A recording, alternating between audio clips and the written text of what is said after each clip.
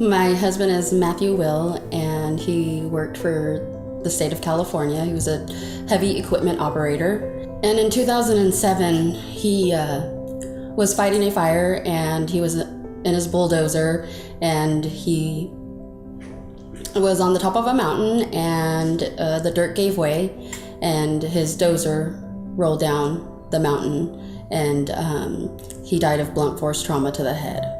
I pretty much have known Matt my whole entire life.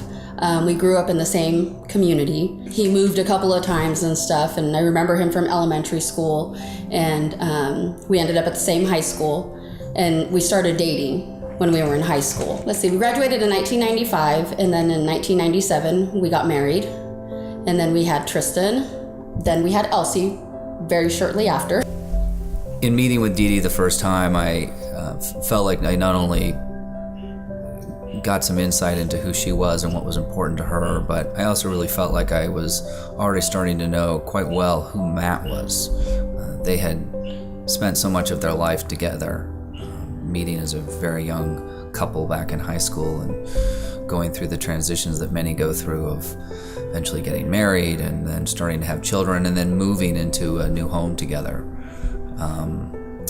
So that first meeting, we created and developed quite a bond. He's always worked with heavy equipment, and he just enjoyed heavy equipment, and then he got into private for hire for the state of California as a dozer operator fighting fires. And after he went on his first fire, he's like, oh, I know what I want to do now. I want to be a dozer operator for the state of California. Was very knowledgeable about different kinds of equipment and stuff, and he taught other people how to operate the dozer, forklifts and different stuff at the fire station, and also did maintenance on the fire trucks. And so he didn't just it wasn't involved with just a few firefighters. It was like the whole unit he was involved with and interacted with all the firefighters, and we all became friends. He just was a very lovable person, I guess. He would like to give everybody hugs and, noogies on the head and, make fun of everybody and stuff like that. He one time took the dozer to the school with Smokey the Bear and to show Elsie's class, and he was, spoke in front of all the little kids and stuff, and all the kids got to see the dozer and Smokey the Bear. Very, he liked to be out there and do stuff and talk with people. He enjoyed his job a lot.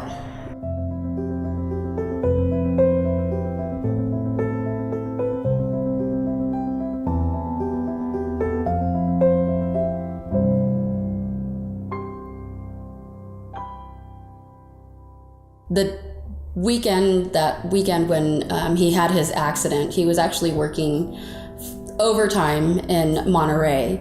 And that day I was sitting with the kids at the table doing homework.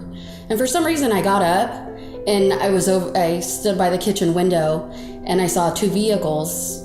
I knew something was wrong, but I was like, oh, they're just here to say hi, I don't know. They probably haven't seen us and, wanted to come visit. When I opened up the door after he knocked, and it was Phil Madison, and he seemed scared, I guess. And I'm like, yeah. And he's like, you need to come with me. He's like, oh, you need to call somebody to come and stay with the kids. He's like, Matt's been in an accident. And so we got to the hospital, and when I got there was a lot of firefighters there. And then that's when the neurosurgeon came in and told me what had happened. And I was in a room full of people that I didn't know, and I just put my face in my hands in my lap and, just started to cry. They took me to see him, and they had him on life support.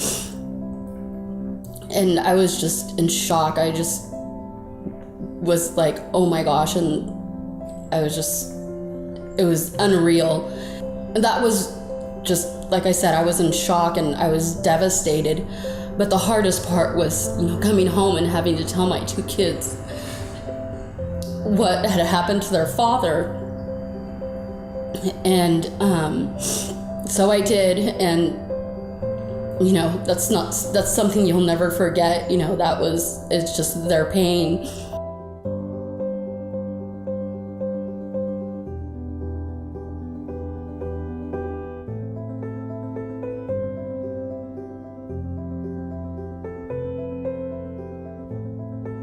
there was like so many people trying to help me and push me in the right direction, and just, I was just like, like just give me time to breathe. And then once, that all kind of calmed down and, kind of went away, and as the weeks and stuff passed, there was people here, saying, okay, you need to start making decisions about, his pension, what direction do you want to go? Dee Dee came to us because she was referred to us by a workers' comp attorney who was handling the workers' comp case involving Matt's death.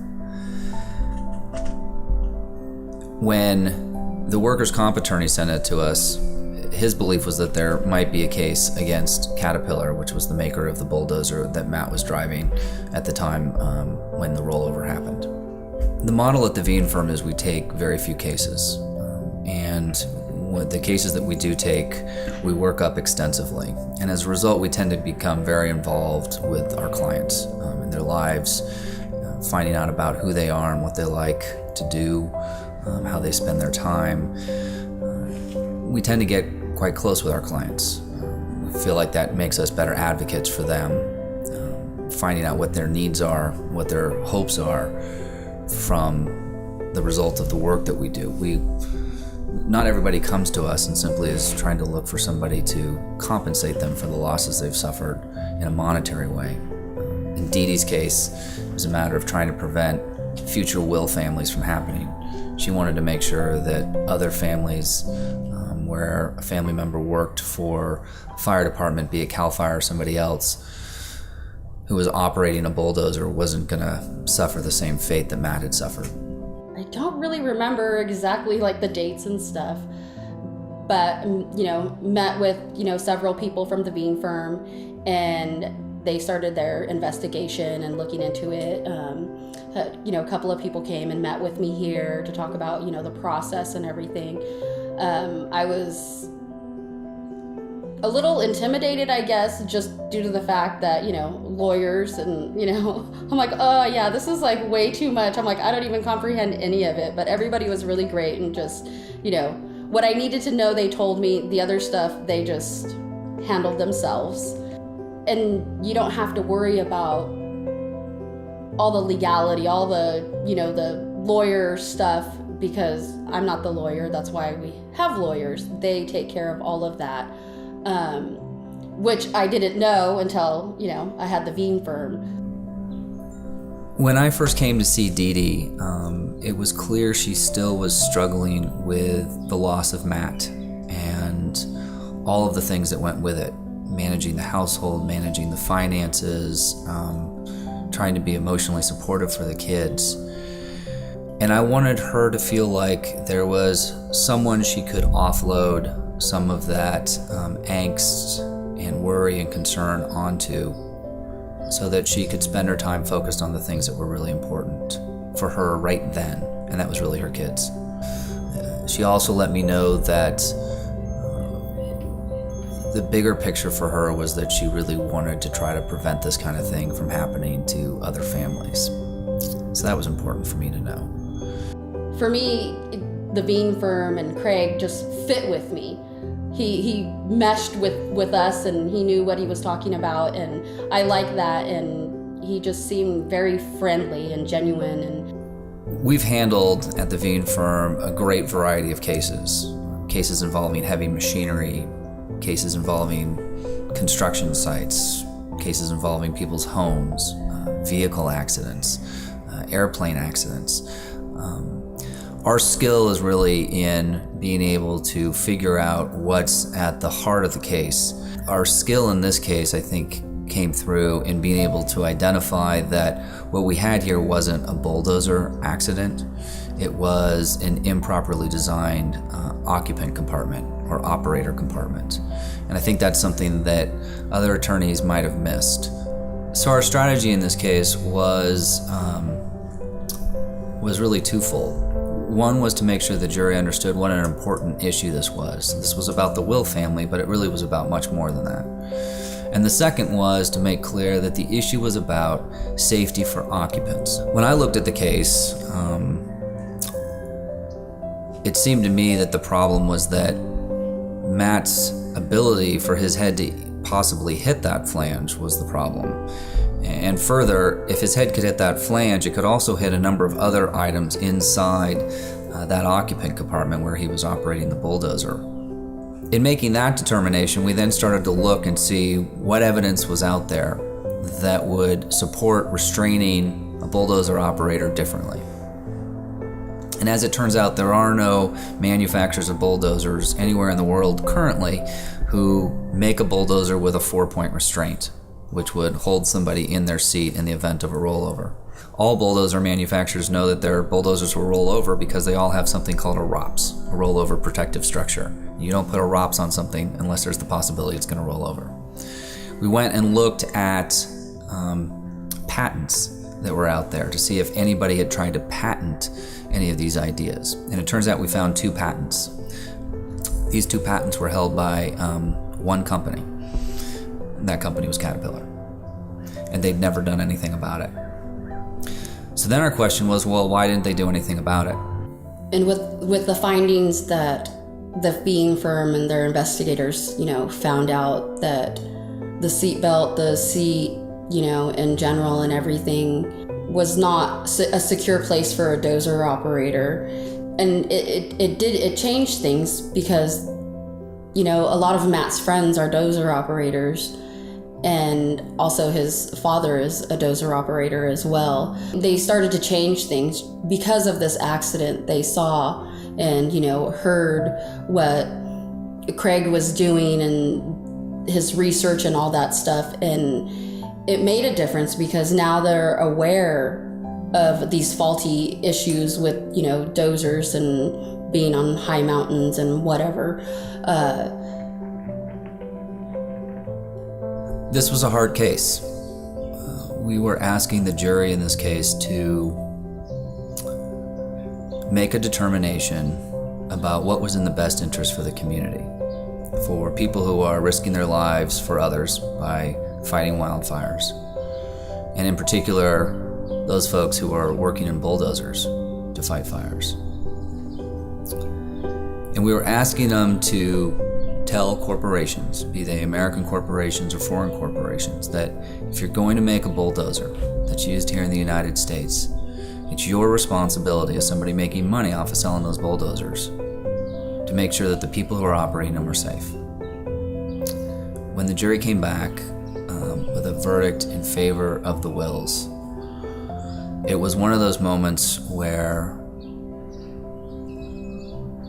I felt especially proud to be an attorney and to be fortunate enough to represent people like the Wills, where I felt like I had been able to not just create some financial security for the family who had lost the main breadwinner of the family, but as importantly, and perhaps more importantly, potentially save lives in the future by helping to send this message on behalf of the Wills to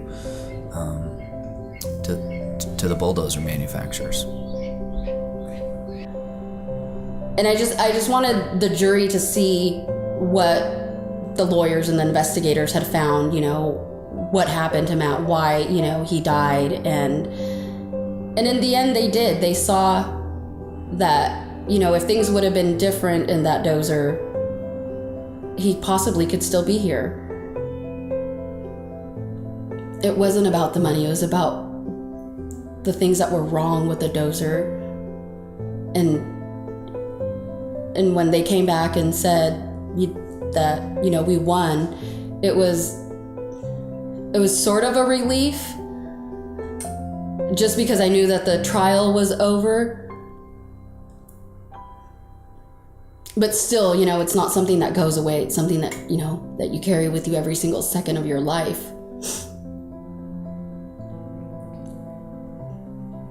One of the things that was reinforced for me in this case was the power of our jury system and the faith that we should have in our jury system to do the right thing.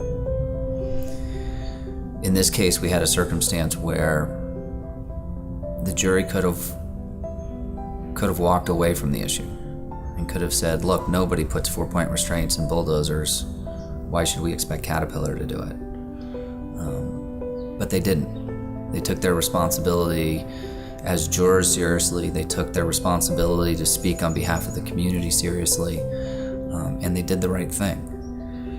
And that was gratifying.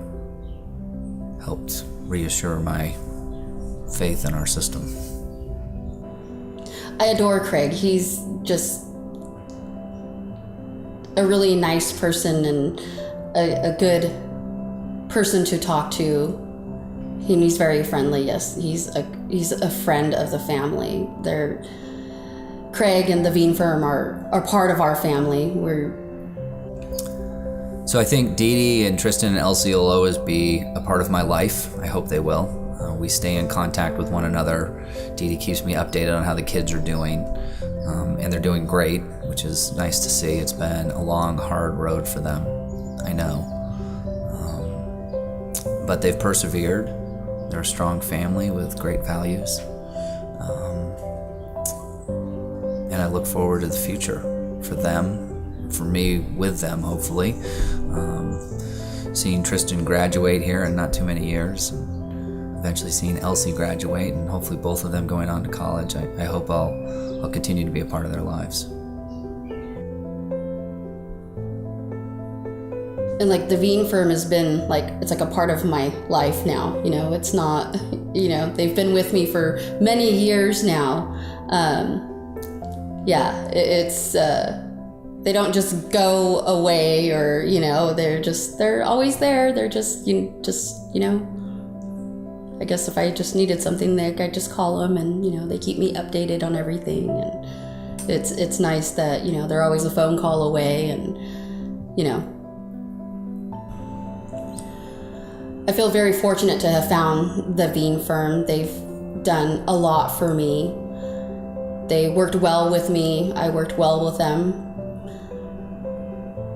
They knew their job, and when accidents happen, and I believe that if someone were in my situation, in some similar situation to where they have lost a family member in some sort of accident, or have been hurt in some sort of accident, that the Veen firm would help them in their situation.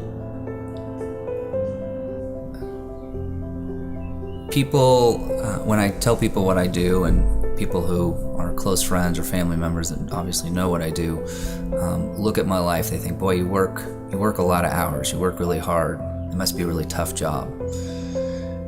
And I tell them, I feel like one of the luckiest guys alive. To be able to be the mouthpiece for people who are struggling, find themselves oftentimes in some of the worst positions in their lives, to be able to be somebody who can work on their behalf is a real privilege, a real honor.